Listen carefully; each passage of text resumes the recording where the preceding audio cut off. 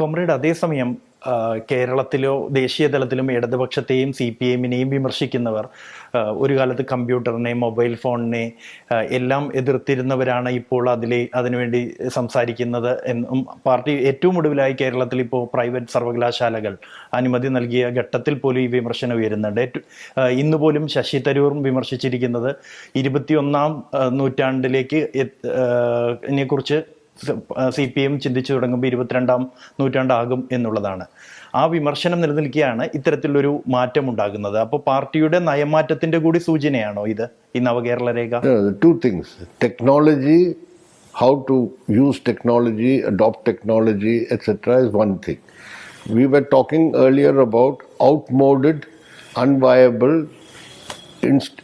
public sector undertakings which have no potential in any way. That's a different matter.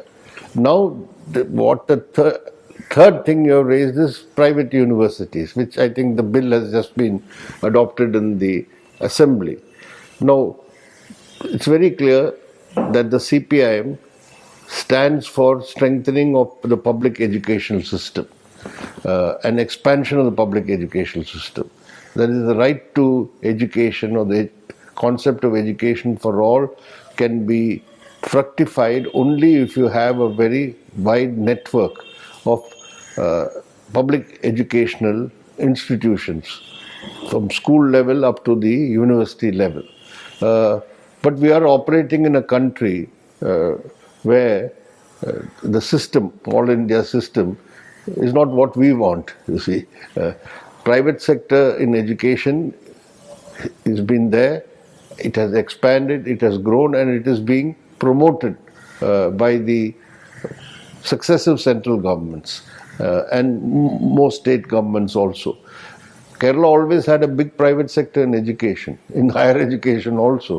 As you would know, majority of the institutions and the higher education, colleges, etc., are private colleges under the overall university system. They are affiliated to public funded universities. But now, for more than 3 decades now, the policy promoted by the central government is to have also private universities.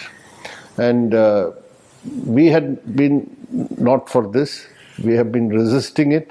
But now a situation has arisen where there are 471 private universities in the country. And increasingly, a section of students are flowing into these private universities because that is where they get access to higher education and maybe better education compared to some other public funded universities. I'm not very sure of that. Quality of private universities also varies a lot. But the reality is, in Kerala, this was found for the last few years, that more and more students from Kerala are going out of Kerala to private universities and a few central universities. That is, central universities are public funded universities. But apart from that, they are going to mainly private universities. And they don't find those scope in Kerala. So that is why it was decided that we should consider having private universities.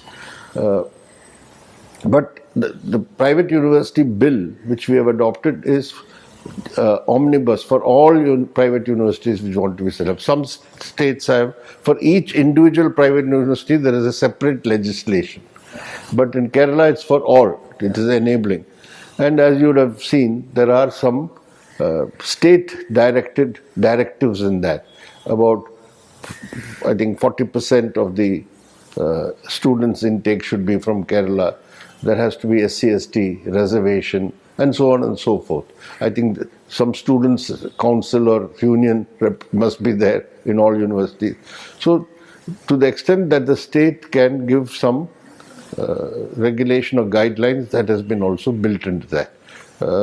This is a recognition of the reality that today we cannot, in isolation in Kerala, only do private public educational system. The reality is we are surrounded by a sea of private universities and private institutions.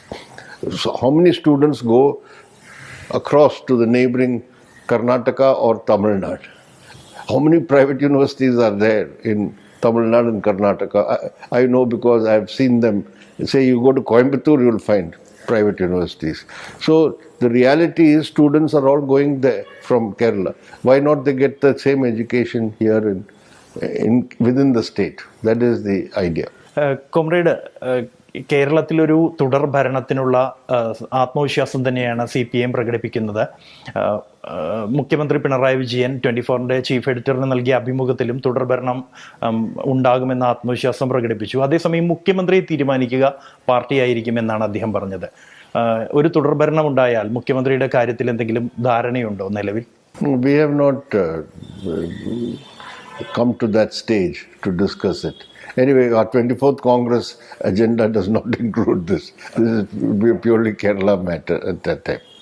കേരളത്തിലെ LDF സർക്കാർ പല കാര്യങ്ങളിലും രാജ്യത്തിന് തന്നെ മാതൃകയാകുന്ന ഒട്ടേറെ വിദ്യാഭ്യാസ രംഗത്തായി കഴിഞ്ഞാലും ആരോഗ്യ മേഖലയിലായി കഴിഞ്ഞാലും മറ്റു മേഖലകളിലൊക്കെ ഒട്ടേറെ നടപടികൾ സ്വീകരിച്ചിട്ടുണ്ട്. അതേസമയം ആശാ വർക്കേഴ്സിൻ്റെ ഒരു സമരം ദിവസങ്ങളായി പുരോഗമിക്കുന്നു. അവർ സമരം കൂടുതൽ ശക്തമാക്കുകയാണ്. അതിൽ എന്താണ് മാതൃകാപരമായി അത് പരിഹരിക്കാൻ ഒരു നടപടി എടുക്കാത്തത്? I'm not fully aware of all the developments, but the last I know about it is that this is a central scheme. And in this central scheme, the designation of Asha workers is not of full-fledged employees or workers. This is a problem which has been there from the outset, and whether Asha workers or all other scheme workers, Anganwadi, etc., helpers, etc., they've all been fighting legitimately for a right to be treated as full-fledged employees. This is something we support, but this is something which is not in our hands. As far as their salary or allowances are concerned, it has two components, one from the state and the other from the centre. And as far as Kerala LDF government is concerned, it has done what is possible to enhance the allowance that is given by the state. The rest we want the central government to do the necessary steps, which they have not been doing. It's not only in Kerala, in other states also similar problems have existed. So what our only point is, everyone has the right to fight for their demands and rights, but whom do you direct it against? In this case, they should now direct it against the central government. As far as I was told there were arrears which were due to the Asha workers. That is the responsibility of the state government, and I'm told that the state government has accepted the responsibility and taken steps to clear the dues.